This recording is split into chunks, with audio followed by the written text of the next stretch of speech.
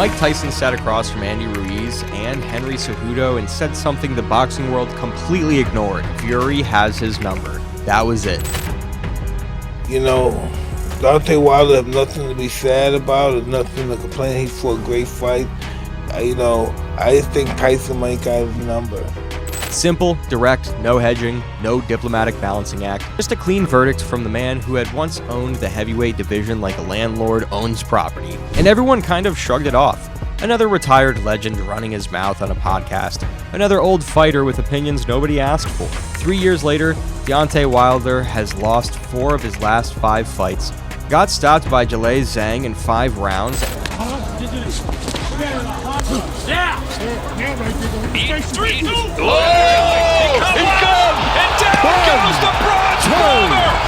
this how it ends? Is this the end of Deontay Wilder's career? And is taking fights against journeymen in Wichita, Kansas. Tyson didn't just predict one loss, he predicted an entire collapse, and nobody listened. To understand why Tyson was right, you need to go back to what he actually said. This wasn't vague criticism. This wasn't a former champion being petty or protective of his era. Tyson was surgical about it. He said Wilder doesn't know how to fight going backwards. He said there have been great fighters throughout history who've had the same problem. Fury moves, clinches, controls distance, drags opponents into ugly fights they didn't prepare for. And Tyson's point was that Wilder had no answer for that. No footwork to cut off the ring. No adjustment when the right hand kept getting smothered. When you strip away the knockout power, what was left? That was the real question Tyson was asking. Most people weren't ready to hear it. The thing is, Wilder's record made it easy to dismiss that kind of analysis. Going into the first Fury fight, he had a knockout percentage of over 95%, the highest in heavyweight championship history. 20 of those knockouts came in the first round alone. That's not a fighter, that's a human demolition event, and fans fell in love with that. Every fight felt like appointment television because nobody knew when the lights were going out. That one-punch power is real. Nobody's faking the unconscious fighters lying on the canvas. But power isn't a complete skill set, it's a weapon, and weapons only work if you can land them. Fury made sure Wilder couldn't land them. Tyson understood that distinction. The boxing world broadly did not. Wilder came into the sport late. He was 20 years old when he started boxing seriously, which is ancient by developmental standards. He won a bronze medal at the 2008 Olympics and turned pro the following year. The bronze medalist representing Cuba and the United States of America, Bosa Duarte. 與美國與盾員 Deontay Wilder. That athletic foundation was legitimate. But fighters who start at 7, 8, 9 years old, they develop reflexes and technical habits that become unconscious. Wilder was always building on a shorter runway. His jab was inconsistent, his footwork was linear, his defense was mostly just don't get hit, and good luck to whoever tried to hit him first. The technical gaps became more obvious the longer his career went on. His trainer, Rafael Garcia, kept him competitive, but there was no fundamental reconstruction of how Wilder approached distance management and retreat. Compare that to fighters like Lennox Lewis or Evander Holyfield, who came up in traditional gyms with foundational boxing first and power as a secondary attribute. They understood instinctively how to move when an opponent pressed forward, how to reset with lateral steps, how to use the ring as a tool rather than a space to avoid. Wilder never learned that language. Against most heavyweights, that was enough. Against Fury, that was a death sentence fought over 12 rounds instead of 1. The first Fury fight ended in a draw in December 2018, but that scoreline was misleading. Fury dropped Wilder in the final round and nearly finished him. The bigger story wasn't the knockdown, it was the 12 rounds before it. Fury outmaneuvered Wilder for the entire fight. He made Deontay look slow and flat-footed in a way nobody had before. Wilder still had his army of defenders after that night. Fury got lucky, Wilder was robbed. The draw protected the myth for another year. Then February 2020 happened. Fury stopped him in 7 rounds. Wilder needs to stay away from the ropes.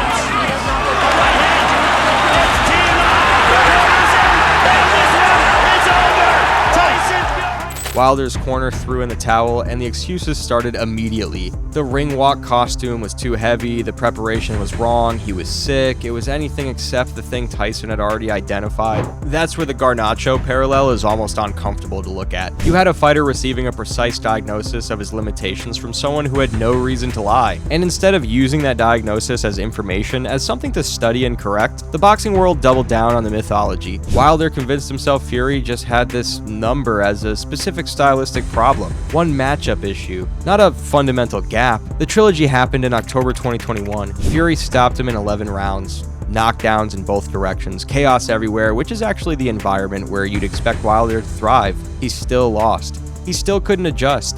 He still had no plan B when plan A got taken away from him. Wilder somehow staying on his feet, taking supernatural strength. Fury throwing it up again. Wilder, and that's it. It's over. Russell Mora waves it off. He's not counting. The Gypsy King is the heavyweight champion of the world. The opportunity to transform his approach between those fights came and went. No radical redesign of his fundamentals, no bringing in specialized footwork coaches, no systematic breakdown and reconstruction of his technical foundation.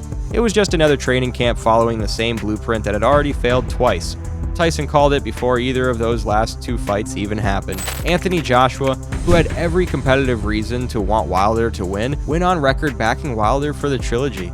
He seemed obsessed, Joshua said, like he really wants it. That's not analysis, that's vibes, and that's basically what the boxing community offered in response to Tyson's actual diagnosis. Emotional investment dressed up as prediction. Tyson didn't care how obsessed Wilder looked. He cared about what happens when a man who can't fight going backwards faces someone who specializes in making him fight going backwards. Obsession doesn't fix footwork. Desire doesn't manufacture technical adaptability. Fury knew this. Tyson knew this. Wilder apparently never figured it out. After the trilogy loss, there was still space to rebuild the narrative. Wilder is human. He took 3 brutal fights against the best heavyweight of his era, a layoff, some new training, maybe a different approach, and you could argue there was still a story to tell. He came back in late 2023 against Joseph Parker. Parker is a legitimate professional, former champion, solid technical fighter, not a destroyer, not a volume puncher, just a competent boxer who can control a fight. Wilder lost by unanimous decision. Parker thinking about the exclamation point. Now it's time for Parker to back it. And Joseph Parker, the New Zealand seemingly beaten the Bronze Bomber and did it in fashion. I'm not too sure why in a million years Wilder has won that contest. And he'll kick himself. No. Is there any way Wilder's right and we're wrong? Absolutely not. Scores of 118 to 111, 118 to 110, 120 to 108. It's not a close fight. It's not a robbery. That's a man who got outboxed by someone most people considered beatable.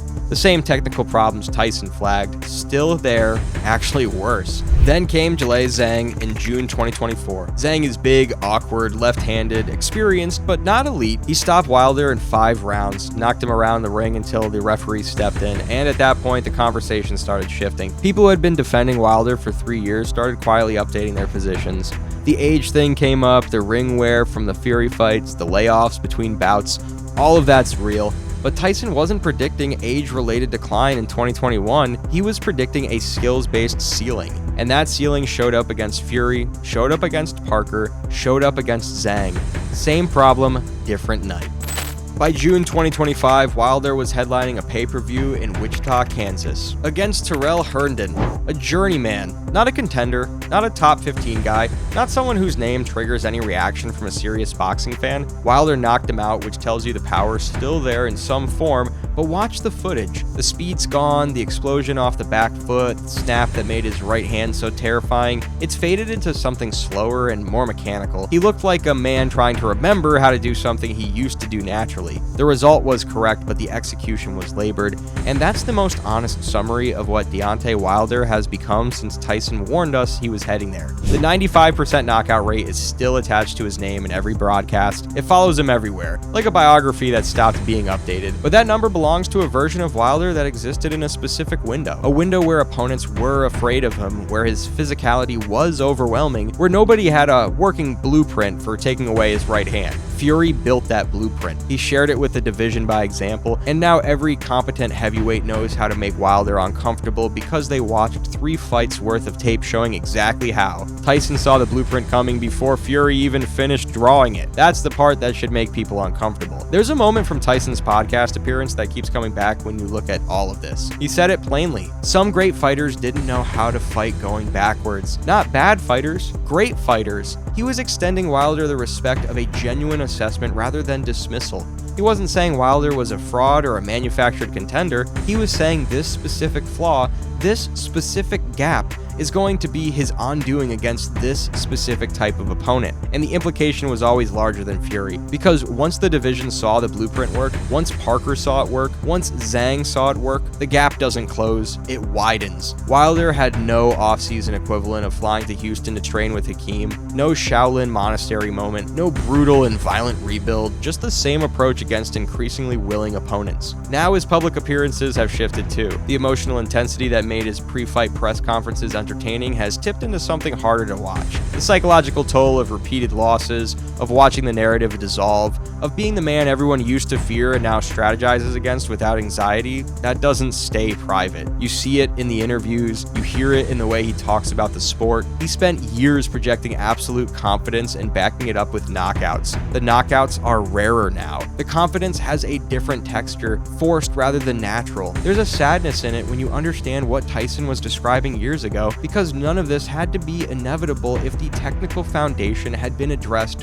when there was still time. What made Tyson's assessment so uncomfortable for people in 2021 was that it came without the usual qualifiers the boxing media wraps around honest analysis. Everyone else was balancing their takes. Wilder has the power to end it in one punch, but Fury's defense is excellent. Wilder's corner needs to make adjustments, but the right hand is always a factor. That kind of language softens everything into something almost meaningless. Tyson just said Fury has his number. He said Wilder doesn't know how to fight going backwards. He said this is going to be a problem. That directness felt almost rude in the context of how boxing media operates, which is probably why it got filed under hype rather than analysis. He sounded too certain for people to take seriously. The comparison to prime Tyson himself is actually instructive here. Tyson was explosive, devastating, terrifying to face. He was also technically trained from a young age under Cus D'Amato with a specific defensive system, head movement, lateral footwork, the peekaboo style, and his power was built on top of a technical foundation. He understood what happened when pure power wasn't enough, because he had techniques underneath it. Watching Wilder, Tyson was essentially watching a version of power-first boxing without that foundation, and he knew exactly what that meant against the right opponent. He was reading the situation from personal experience and deep technical knowledge. The people arguing against him were mostly reading from Wilder's knockout reel. Wilder's 39 now. He's 4 losses deep in a 5-fight stretch that would have been unimaginable when he was defending the WBC title year after year. All right, Deontay, congratulations to you. It has been a long road for you. What does this moment mean to become the WBC heavyweight champion of the world? First of all, I'd like to thank God, man. Without God, nothing is possible. If y'all give God a try, man, y'all will find out he all right. He all right, man. I'd like to thank Al Heyman. I'd like to thank Shelly Finger. I'd like to thank Golden Boy, the MGM Grand. And man, I'm so excited. I'm just happy to bring this belt back to America officially.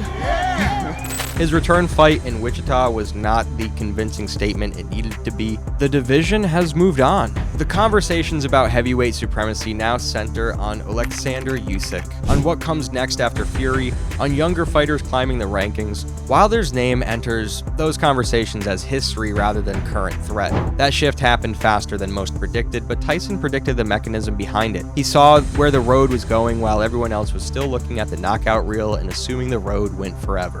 There's something almost precise about how the timeline played out against Tyson's words. Fury has his number, Tyson said, then the rematch, then the trilogy, then Parker, then Zhang, each fight confirming a different layer of the diagnosis. Against Fury, the footwork problem. Against Parker, the adaptability problem. Against Zhang, the conditioning and recovery problem. 3 separate opponents, 3 separate exposures of the same underlying architecture. Tyson diagnosed the root, not the symptoms. That's the difference between someone who watched boxing their whole life versus someone who watched individual fights and reacted to outcomes. Wilder still has the right hand. He'll still land it sometimes. Against Herndon, it worked. But the division isn't full of Herndons, and every serious heavyweight now has the Parker tape, the Zhang tape, all 3 Fury fights sitting in a folder somewhere. They know where to stand. They know how to make him reach.